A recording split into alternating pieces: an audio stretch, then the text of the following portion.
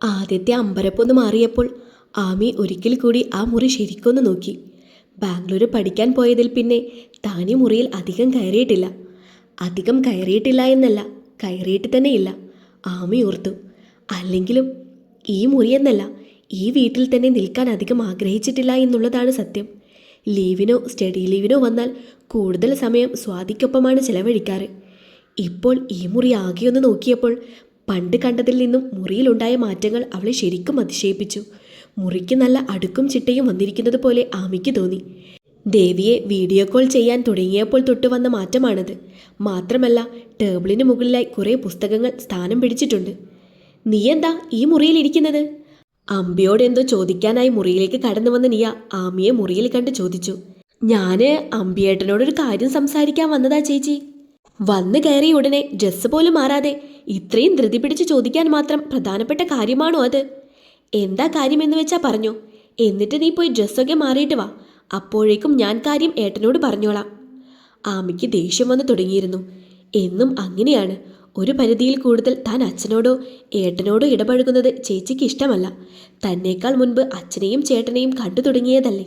അതിൻ്റെ സ്നേഹക്കൂടുതലായിരിക്കുമെന്ന് കരുതി പലപ്പോഴും വിട്ടുകളയാറുണ്ട്. പക്ഷേ ചില സന്ദർഭങ്ങളിൽ പരിധി വിടുമ്പോൾ ആമിയും പ്രതികരിക്കും. എനിക്ക് പറയാനുള്ളത് എന്താണെന്ന് വെച്ചാൽ ഞാൻ നേരിട്ട് പറഞ്ഞോളാം. അതിനൊരു മീഡിയേറ്ററിൻ്റെ ആവശ്യം എനിക്കില്ല. താൻ പറഞ്ഞത് ആമിക്ക് തീരെ ഇഷ്ടമായില്ലെന്ന് നിയക്ക് മനസ്സിലായി. സാധാരണ ഒരു സന്ദർഭത്തിൽ അവൾ ആമിയോട് തല്ല് പിടിച്ചേനെ. പക്ഷേ ഇപ്പോഴത്തെ ഒരു സാഹചര്യത്തിൽ അത് ശരിയാവില്ല. പ്രത്യേകിച്ച് ദേവിയുടെ കാര്യം വീട്ടിൽ അവതരിപ്പിക്കാനുള്ള സമയമായെന്ന് അമ്പി ഇന്ന് അവളോട് പറഞ്ഞതേയുള്ളൂ. കാർത്തു എന്ന് വെച്ചാൽ ആമിക്ക് ജീവനാണ്. ആമിയുടെ സ്വഭാവം വെച്ച് എല്ലാം അറിയുമ്പോൾ അവൾ പൊട്ടിത്തെറിക്കുമെന്നുള്ളതും ഉറപ്പാണ്. അപ്പോൾ തങ്ങളുടെ ഒപ്പം അവളെ നിർത്താൻ അവളോടിപ്പോൾ മയപ്പെട്ട് സംസാരിച്ചേ മതിയാവൂ എന്ന് നീ ഉറപ്പിച്ചു. എൻ്റെ ആമിക്കുട്ടി, ഞാനിപ്പോൾ നിന്റെ മീഡിയേറ്റർ ആവാൻ വേണ്ടി വന്നതൊന്നുമല്ല. നിനക്ക് പറയാനുള്ളത് നീ തന്നെ പറഞ്ഞു. പക്ഷേ പോയി ഡ്രസ്സൊക്കെ ഒന്ന് മാറ്റിയിട്ട് വാ. അല്ലാതെ ഈ വിയർത്ത് കുളിച്ച വേഷത്തിൽ നിന്നാൽ ഏട്ടൻ നിന്നെ ചീത്ത പറയും. അതുകൊണ്ടല്ലേ. നിയ നല്ല മൂഡിലാണെന്ന് ആമി കരുതി. ആമിയും ഒന്ന് മയപ്പെട്ടു. ഡ്രസ്സൊക്കെ ഞാൻ പിന്നെ മാറാൻ ചേച്ചി. എനിക്ക് ഏട്ടനോട് സംസാരിക്കണം, അത്യാവശ്യമാണ്. ഇതെന്താ രണ്ടും കൂടി എൻ്റെ മുറിയിൽ?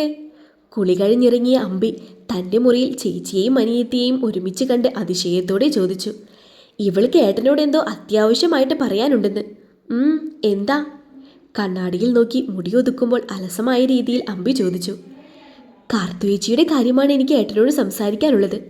കാർത്തുവേച്ചിയുടെ കാര്യത്തിൽ ഏട്ടൻ്റെ തീരുമാനം എന്താണ്? നീ തന്നെയല്ലേ അവളെ നിന്റെ കൂട്ടുകാരിയുടെ വീട്ടിൽ കൊണ്ടാക്കിയത്? മാത്രമല്ല, ഇവിടുത്തേക്കാൾ സുഖത്തിലാണ് അവൾ അവിടെ കഴിയുന്നതെന്ന് ഇടയ്ക്ക് ഞങ്ങളോട് നീ പറയാറുണ്ടല്ലോ. പിന്നെ ഇനി ഞാൻ എന്ത് തീരുമാനിക്കാനാ അവളുടെ കാര്യത്തിൽ?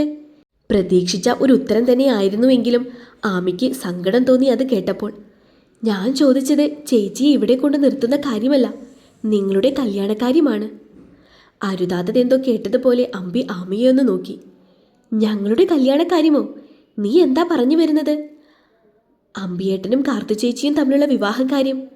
ഉച്ചത്തിൽ ശബ്ദമുയർത്തി തന്നെ അവൾ പറഞ്ഞു. നല്ല തമാശ.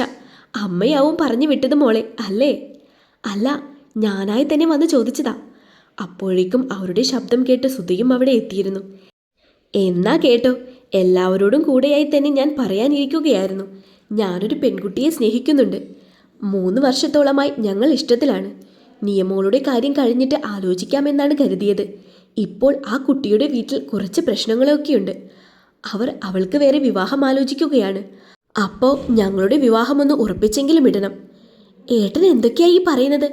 അപ്പോൾ കാർത്തു ചേച്ചിയോ? എൻ്റെ വിവാഹക്കാര്യം സംസാരിക്കുമ്പോൾ നീ എന്തിനാ അവളെ ഇടയ്ക്ക് കൊണ്ടുവരുന്നത്? അമ്പിയേട്ടനും കാർത്തു ചേച്ചിയും തമ്മിൽ ഇഷ്ടത്തിലല്ലേ? ഇഷ്ടത്തിലാണെന്നല്ല, ആയിരുന്നു. പക്വതയില്ലാത്ത പ്രായത്തിൽ അവളോടൊരു ഇഷ്ടം എനിക്ക് തോന്നിയിരുന്നു.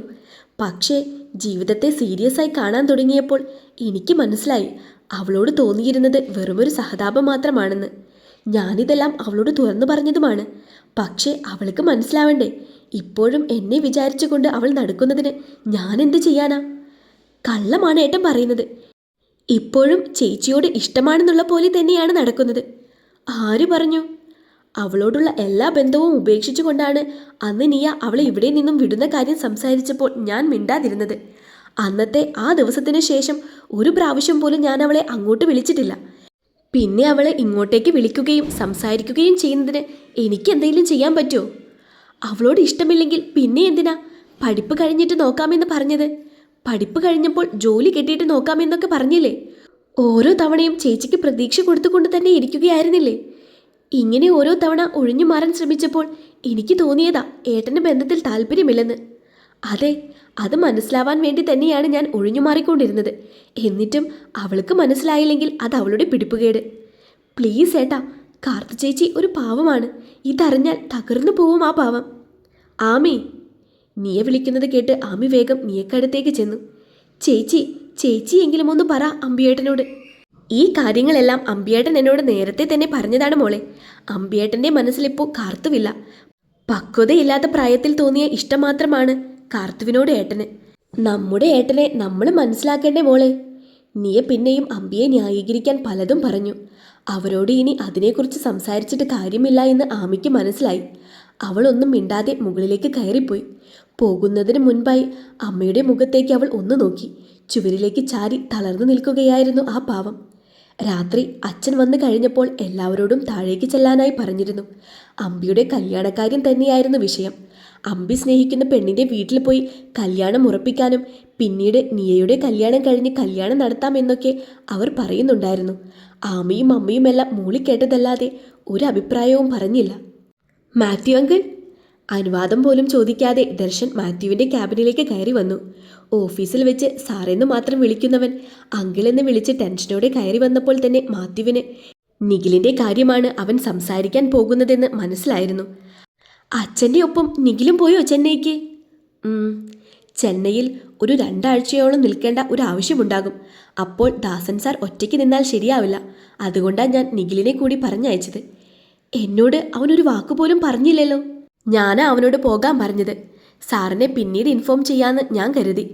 അങ്കിൾ, ഒരു ഓഫീസുകാരൻ സംസാരിക്കാനല്ല താൻ വന്നത് എന്നൊരു സൂചനയോടെ ദർശൻ മാത്യുവിനെ വിളിച്ചു. മോനെ, കാര്യം അവൻ നിന്നോട് പറഞ്ഞു കാണുമെന്ന് ഞാൻ വിശ്വസിക്കുന്നു. ഈ അവസ്ഥയിൽ അവൻ കുറച്ചുനാൾ ഇവിടുന്ന് മാറി നിൽക്കട്ടെ, അതല്ലേ വേണ്ടത്? അത് ശരിയാണെന്ന് തോന്നിയതുകൊണ്ട് ദർശൻ പിന്നെ ഒന്നും ചോദിക്കാൻ നിന്നില്ല. അവൻ വേഗം മുറിവിട്ടിറങ്ങി. ആ ആമി, നീ വന്നോ? ഞാൻ നിന്നെ വിളിക്കാൻ നിൽക്കുമായിരുന്നു. ഒരു ബാഡ് ന്യൂസ് ഉണ്ട്. ആമി ഒരു നിമിഷമൊന്ന് ഭയന്നു. ഇനി കാർത്തു ചേച്ചി സത്യം അറിഞ്ഞോ? ആ വഴിക്കാണ് അവളുടെ ചിന്ത പോയത്. നമ്മൾ പ്രോജക്റ്റ് ചെയ്യാൻ സെലക്ട് ചെയ്ത കമ്പനിയില്ലേ, ഫ്യൂച്ചർ ഡിസൈൻസ്, ആ കമ്പനിയിൽ നമ്മുടെ പ്രോജക്റ്റ് ചെയ്യൽ നടക്കില്ല. അതൊരു വലിയ വിഷയമായി തോന്നിയില്ലെങ്കിലും ആമി സ്വാതിയെ എന്താണെന്നുള്ള രീതിയിലൊന്ന് നോക്കി. നമുക്ക് മുൻപേ ആ ജിജിയും ഗ്യാങ്ങും അവിടെ കയറിയടി. ഇനിയിപ്പോൾ ബാക്കിയുള്ള 4 കമ്പനിയിൽ എന്തെങ്കിലും ഒരെണ്ണം സെലക്ട് ചെയ്യണം. ശ്രീനിവാസൻ സാറ് പറയുന്നത് അതായിരുന്നു ബെസ്റ്റ് കമ്പനിയെന്നാ. പോട്ടെ, സാരല്ല. സ്വാതി ആമിയെ ഒന്ന് നോക്കി. ഈ പറഞ്ഞതൊന്നും ഒരു കാര്യമേ അല്ലാത്ത രീതിയിൽ അവളുടെ ചിന്ത വേറെ വഴിക്കാണെന്ന് സ്വാതിക്ക് ഒറ്റ നോട്ടത്തിൽ തന്നെ മനസ്സിലായി. എന്താടാ, എന്തു പറ്റി? നിന്റെ മുഖം എന്താ വല്ലാതിരിക്കുന്നത്? എന്തേലും പ്രശ്നമുണ്ടോ? പറയാം. ചേച്ചി എന്തേ? ഓഫീസിൽ നിന്ന് എത്തിയിട്ടില്ല. ഉണ്ണിയച്ഛൻ അകത്തുണ്ടോ?